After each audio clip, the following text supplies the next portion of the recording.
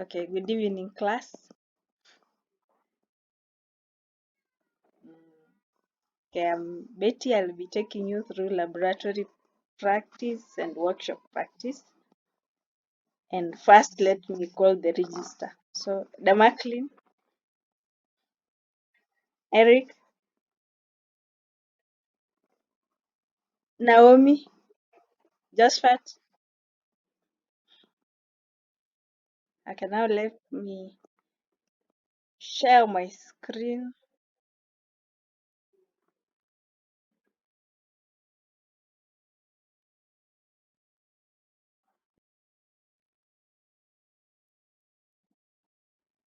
Can you see my screen?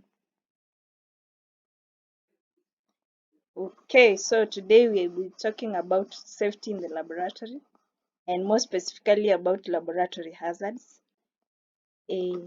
Okay, our objectives is we should be able to define laboratory hazards by the end of the lesson. We should also be able to list the 6 types of laboratory hazards. Okay, class, what is a laboratory hazard?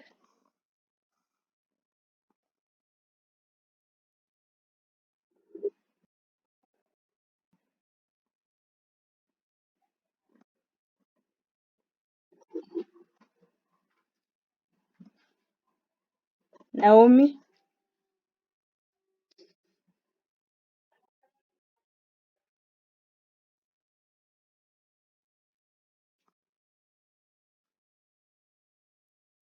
Okay, good. That is it. And these hazards are classified into 6, which are chemical hazards, biological hazards, physical hazards, radiation hazards, electrical and fire hazards.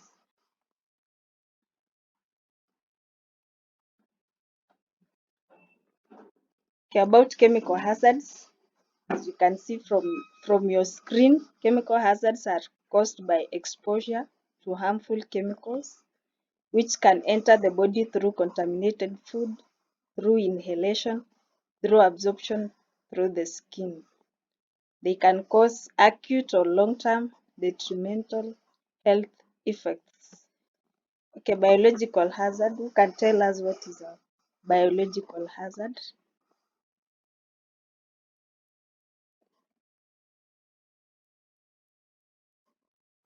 Just fat.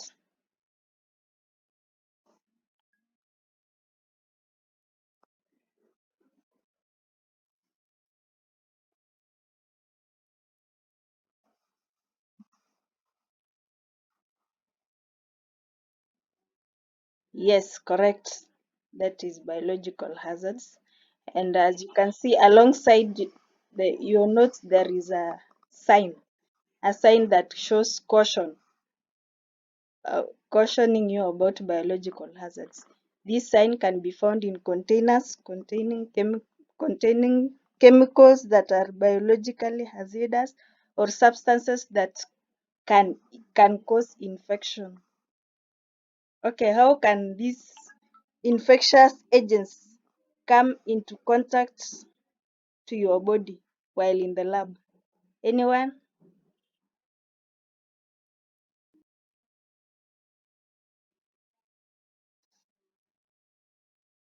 Damakli?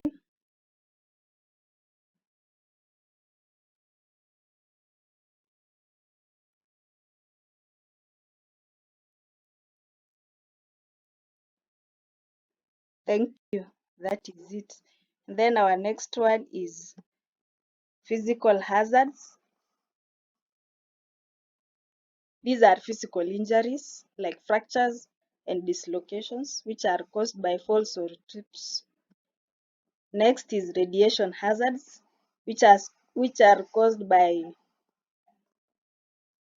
radioisotopes, and they can cause genetic mutation.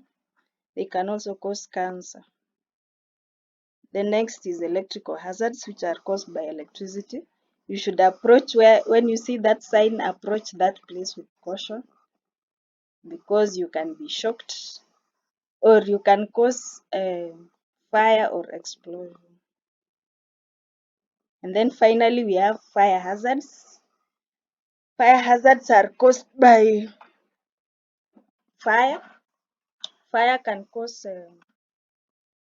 loss of life and property in the lab, and fire can come around because of the presence of flammable material. Flammable material are materials that can catch fire easily. Okay, that is a sign. When you come across that sign in a bottle or on a door, just know that that room or that bottle contains flammable material.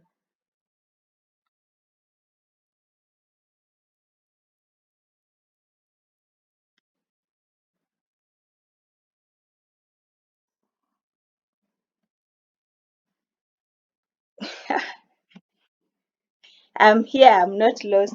I've just stopped sharing my screen because I want to show you something.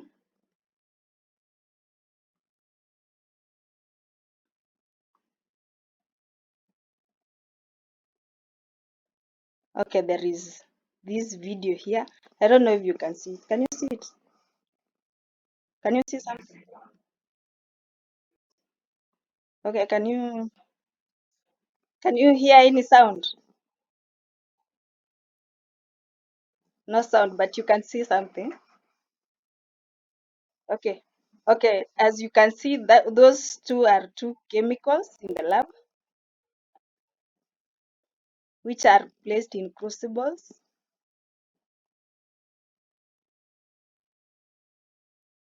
And then there is a source of ignition.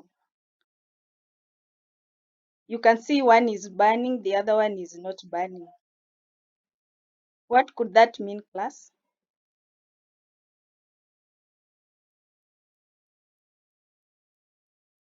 Yes, very good. That one is highly flammable. And as you can see here, that is the sign for flammable material. Okay, there are corrosive substances. That is a sign for them. Corrosive substances tells you to handle that chemical with care. You can imagine that is a polystyrene material, and when a corrosive substance is poured on that material, you can see what happens. It burns. You can imagine if that was your hand. And then there is this general sign for harmful chemicals. Just a minute. That we are still in the corrosive material. That one here is a general hazard sign for any dangerous chemical. When you come across that sign, you should approach that place with caution. That is, you should wear your gloves and face mask because those chemicals might be containing harmful fumes.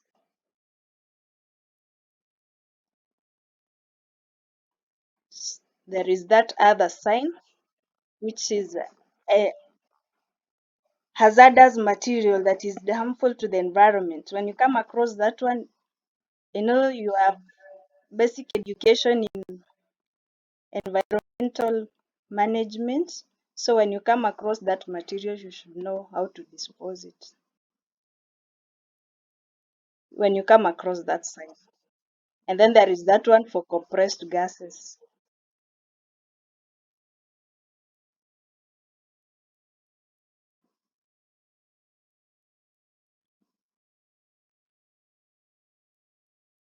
And finally, here we have the high voltage electric warning sign. So when you come across that sign, you know what to do. And then in the lab, yes, you should always have a fire extinguisher so that in case of fire accidents, you can manage. Okay, that is it for that video. I'll share the link so that you can watch it by yourself.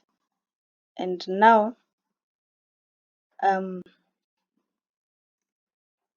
Let's summarize our lesson today. So what did we say is a hazard? Class?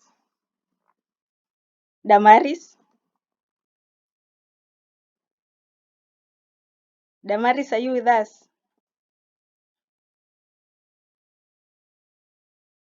Okay, someone else? Eric?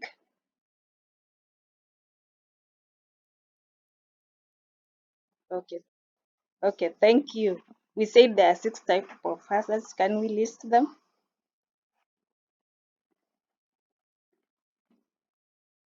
Just what?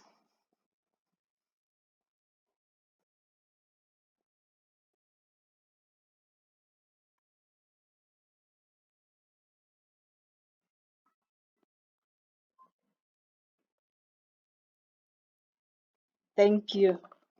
Okay, now our next lesson will be talking about first aid. Oh, Damaris, do you have something to say?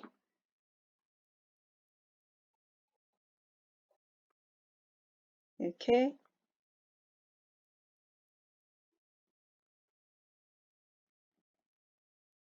correct. Thank you. Any other comments? Any other thing? Yes, just facts.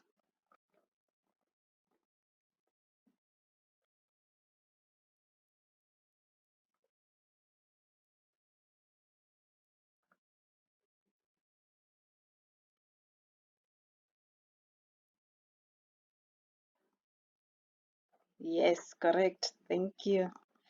Okay. Any other thing? Okay, we've also mentioned the signs. Those signs are important. Damaris?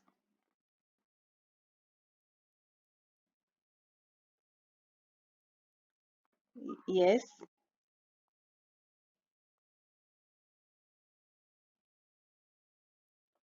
yes, correct. Any other?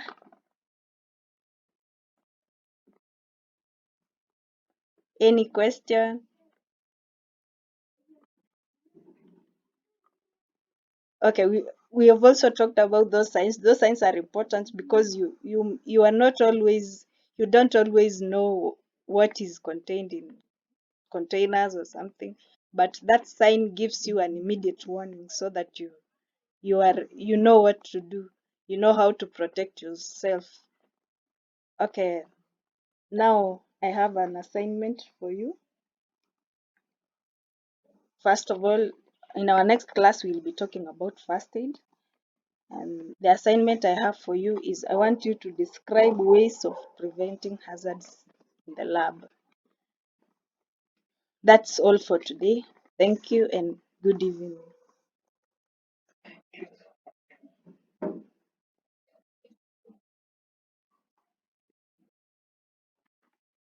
Okay, thank you.